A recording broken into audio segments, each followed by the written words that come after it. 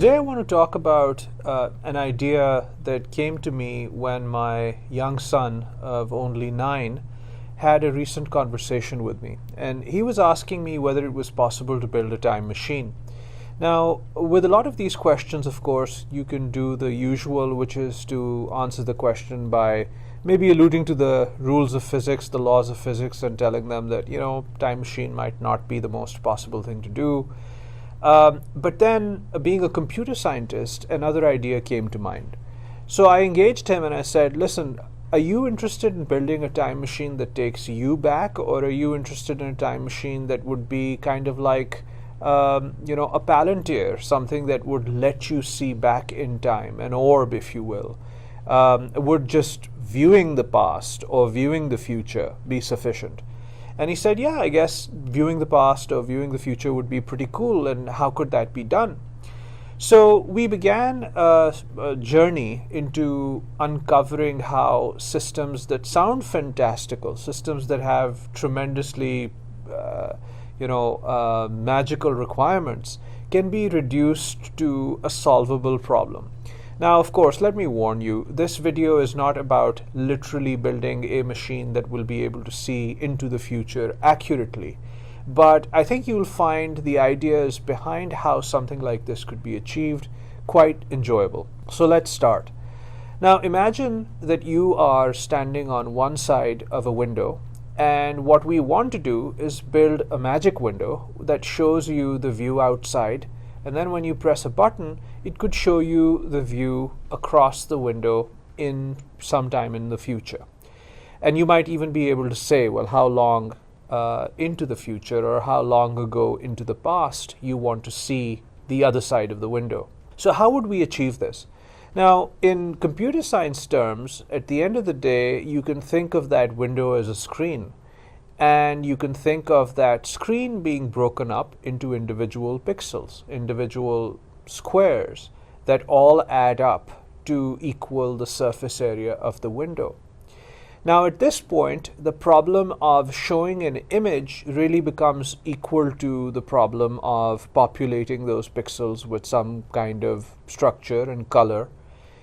But then you could say, well, but that doesn't necessarily equal the view of the future, and that's true. But let's look at it a different way, which is, let's say that we've got, just to simplify things, a 4x4 grid. Now, you would obviously never use a 4x4 grid. That would be too low resolution and wouldn't show you much. But just to do the math in an easy way, let's say that we have a 4x4 grid. And let's also say that we have only 2 colors, white and black. So the picture that we see on the other end will have to be a black and white picture. So that means that a 4x4 grid has 16 cells, 4 times 4, and each one of the cells can have one of 2 values, either black or white. So that means that you can have a total set of 2 raised to power 16 possible combinations.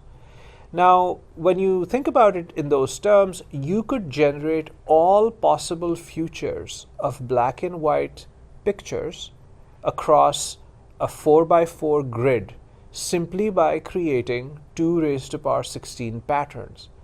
And many of these patterns will be nonsensical, but some of these patterns will actually correspond to what you would have seen in future. Why? Because you've generated all possibilities. This is kind of a plot from the Avengers movie. You're kind of living in a multiverse. You've generated all the possibilities. Now, the real trick is not that you can't generate the possibility. The real trick is, how do you generate the possibility over a much higher resolution? So when you go beyond 4x4 to, let's say, 100 by 100, now you're talking about 10,000 cells. And 2 to the 10,000, that's a very large number. So how do you do reduction on the number of patterns that have to be created? Number one, so that you can deal with a space that's more practical, that can actually be generated on a computer. And then we'll come back to the question of how you might determine whether some of these images, some of these pictures could be future images. So Let's start with the first problem, and I'll give you an example of the simplest kind of compression, where you're essentially just doing deduplication. So whenever you want in computer science to think about reducing the size of something, you immediately start thinking about compression and compression algorithms. That's what comes to a computer scientist's mind. So the problem here is, well, we can now generate all possible images, but as we get to a larger or a higher resolution, we've just got too much data. So how do we compress it so that we can actually get through it in a more efficient way? Well, one way of compressing is, like I said, the simplest way, deduplication.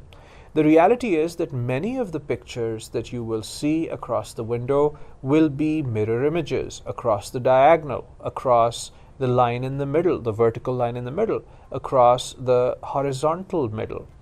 And many will simply be replications of the same pattern multiple times over, and so on and so forth. So you can see that there will be lots of images that are simply duplicates just across an axis. They're simply rotated, and they don't need to be generated over and over again. They can be generated once, and we might even have a simple instruction that says you can flip this around such and such axis to show the other equivalent of it. And at the same time, you might also have certain patterns which are just ridiculous. For example, all black, which would mean that the window is closed. Okay, that's not interesting. Or it might be patterns like 90% black, where there's hardly anything visible. So you might develop some filters that say, okay, if the amount of black is higher than X, then that just means that there's very little to see, or the window is entirely closed, and those types of things I don't need. Similarly, if something is just a duplicate, I want to eliminate that. And when you do this, you'll eliminate a big percentage of the total combinations that you have to generate. So now you're left with, and of course you can keep going. There's lots of additional techniques. For example, Claude Shannon, the father of information theory, gave us some ways in which we could figure out what the information content of a message was. So if you are more sophisticated, and if you apply information theory to these randomly generated streams of pixels, this grid of pixels, you could do some additional filtering. But that's another interesting thing to go and investigate, information theory, and how could that be used for compression in this case. So anyway, let's say that you go through that step. So the first realization was, looking into the future is like looking at a screen showing you an image of the future. Here we've conceived that as a window. Then we broke the window up into a grid, into a series of pixels. Then we made life simple for ourselves by choosing a very low resolution and eliminating all colors and going all black and white. Then we came up with the formula that allows us to figure out how many unique combinations we could or we would need to create in order to see all possible futures. Once we did that, we realized that moving the resolution to a high resolution would simply create too much data. So then we applied compression algorithms to try and reduce what we have to produce. So now we are at the point where we can start looking at how could we select images that have some bearing, some semblance of reality to them. And here you could do things like, if you're predicting the near future, you might take the image outside as you see it now, and you might come up with an algorithm that compares the quantum of change, the number of pixels that have changed between what is and what could be. If you're looking into the future 5 seconds down the road, it's quite unlikely that every single pixel has changed. So you would put some sort of a reasonable threshold that said that, all of these formations that I'm creating, things that are about 5% apart from where things are now, those could likely be potential futures, and that would be a selection of a very small number of generations, a very small number of generated pictures that you could look at and say, this might be the future 5 seconds down the road. As it pertains to the far future, now there are lots of interesting things that one could do. One would be to use some simulational tricks to first identify what you're seeing across the window, and over a reasonable period of time, how those systems like grass, like a tree, like rocks, are expected to evolve, and whether the pictures that you are matching at a distance of x into the future, whether they comply with the laws of physics as you know them or the laws of biology as you know them. So those form additional filters.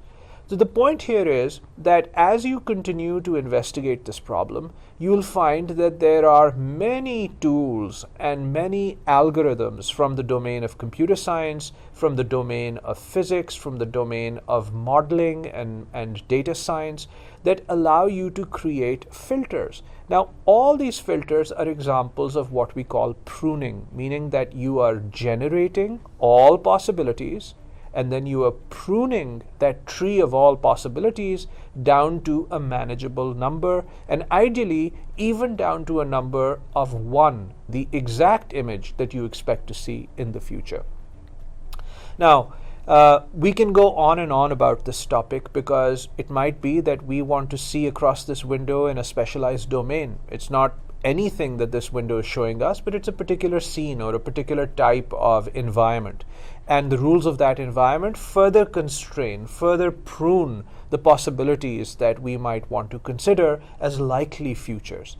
But the larger point is that computer science is a deeply powerful way to view the world. And generally, when somebody asks you the question like my 9-year-old did, how can we build a time machine? Your mind goes to physics. But really, there are so many secrets in computer science, so many powerful ways to think, so many powerful intellectual scaffolds on which you can hang these ideas and then develop them into large-scale edifices, and along the way learn so much. So anyway, I wanted to share this story with you because I wanted to underscore the power of algorithms, the varied nature of algorithms in computer science, and the ability for computer science to reduce very complex, big questions into simple, practical, doable things.